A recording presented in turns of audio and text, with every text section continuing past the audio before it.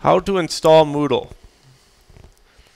The best way to install Moodle is find somebody that supports Moodle. Okay? And you can install the script by hand, but I don't want to show you that because it's a long, boring, tedious process. So what I'm going to do is show you a new window here and a host that I like all the time. And this is, I've been through some hosts. Let me tell you that. I've been through many of hosts in my life. So they are not paying me to do this, but the best by far is Bluehost.com. I've been kicked out of probably about, I want to say 8 hosts just because of bandwidth issues and promises made that was never fulfilled. These people, it's not only they promise the world, they give you the world and then hand you like a silver platter to put it on. So what I'm going to do is kind of show you how to install Moodle using Bluehost, and I think it's $7 a month. You can't beat that. I have paid up to like probably about $26 a month for my website before, and that was supporting because my bandwidth was so high for sharing videos at one time. Okay, so here, let's say Bluehost.com is what you're going to choose to use, and what's in here with the Fantastic Host. So this is actually a script package they kind of put out of scripts they can install within their server.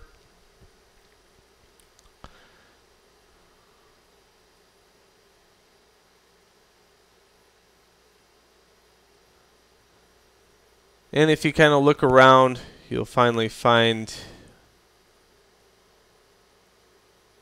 Moodle in other scripts. It's kind of cast aside like an other script, like it's that, dirty.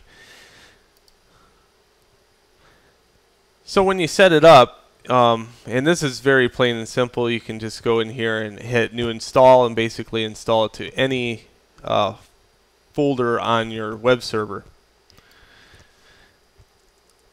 So when you set it up, it's going to kind of look like this at first.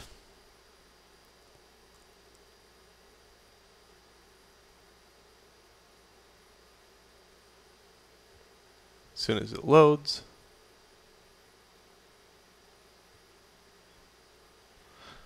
So not as fetching as JCC's, but it still works out. And what I have done is basically gone in here and made personal journals for my students.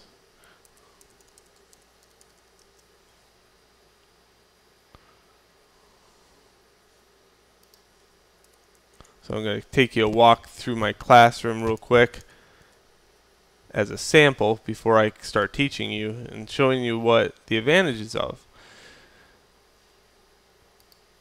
So what I want to do here is say, there's no students in this one right now. They've all been kicked out. But what's really nice is here, I put down the rules for my classroom. They could see that right off the bat. Every day they're looking and they're seeing the rules, how they get points, the everything. It's just a really nice workflow. They get to see that information. Also, what I've done here is set up a forum for them every week. Every day they have a challenge that they go into a forum and I'll say, hey, today I want you to post like 3 good ideas for a piece of artwork as far as, using the color blue. What does blue represent? And, they'll say cold, depressing, those type of deals. And that's a very early on activity. And then every day they're filling out a personal journal stating, what did they have hard time with in the class as far as software-wise? What did they want to learn more of? And then I can kind of search through those journals and see, maybe I'm not touching base on a topic as much as I should. Some are lost. I get this thing called formative assessment going on, which we all know there's two forms of assessment, formative and summative.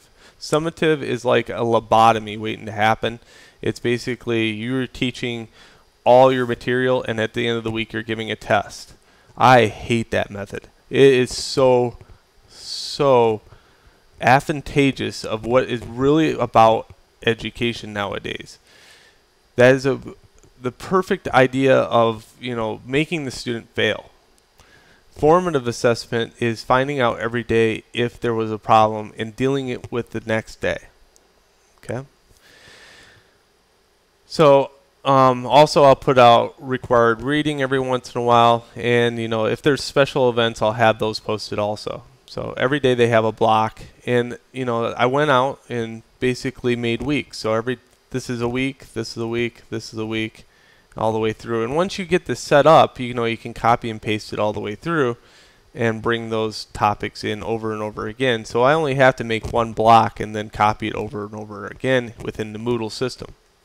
So I wanted to give you an outlook of what I have set up for my students, and this is at a high school level, or if it's a vocational center level actually. So vocational training, not high school training. So it's a little above high school, and then kind of give you an idea of what it looks like. Now I'm going to show you what it might look like at a college level, and you can integrate it with high school and college using the methods I'm about to show you.